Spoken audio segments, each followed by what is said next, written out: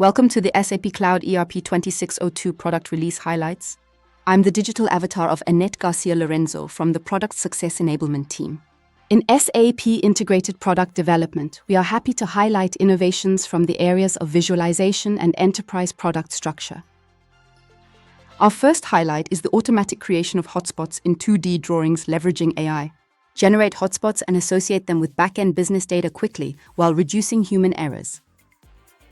You can automatically generate hotspots for 2D drawings, including P&ID symbols.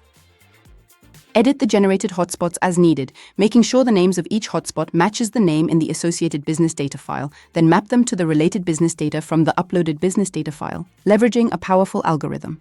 The system maps each hotspot to the related data, making the business data available inside the drawing.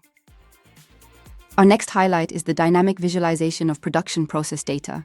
This feature helps you monitor key systems or operations in real time.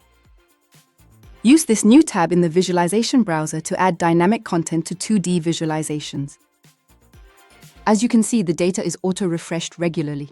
You as the user can define how often the data should be refreshed. The displayed data comes from a backend system, like an asset performance management system. In this system, administrators can define thresholds for the displayed values. In IPD, dynamic content templates can be used to determine the appearance of content during live real-time visualization. Our next innovation lets you add documents as a describing entity in the product structure, link documents to a selected level of the structure or access them directly. Product managers can use this feature to leverage additional control parameters, for example, to associate a certain product manual to a specific product series. In the Product Explorer app, go to Edit Structure, select a profile, and add a new component of type document to the structure. Then go and link a document to this component. You can link an existing document or create a new one starting from this UI. Let's add 2 documents. Then you add variant parameters to control the use of each document. For Product Series A, the first document will be used. For Product Series B, the second document should come up. If consumers now explore the product structure, they will see the appropriate document depending on the chosen parameter, in our case the product series. As you can see, for Series A, the first document is visible. For Series B, it is the second document. The last feature today is the definition of customer-specific properties for instances of the product structure. Specify product properties with values and units of measure and map properties from CAD files via design items to products and product structures. In the Properties app, you can now create customer-specific product properties. Select product structure components to create a new attribute property for your product structure.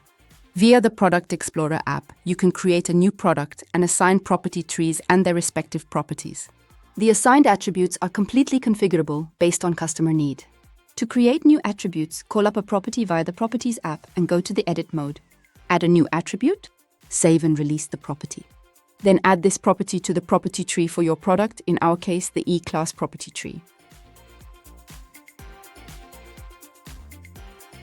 If you now call up your product data, you can see the new property coming up as part of the property tree. Thank you for watching. If you have enjoyed this product update, feel free to share it with your peers. Join our SAP community to connect with product experts and stay up to date on the latest innovations and features in SAP Cloud ERP.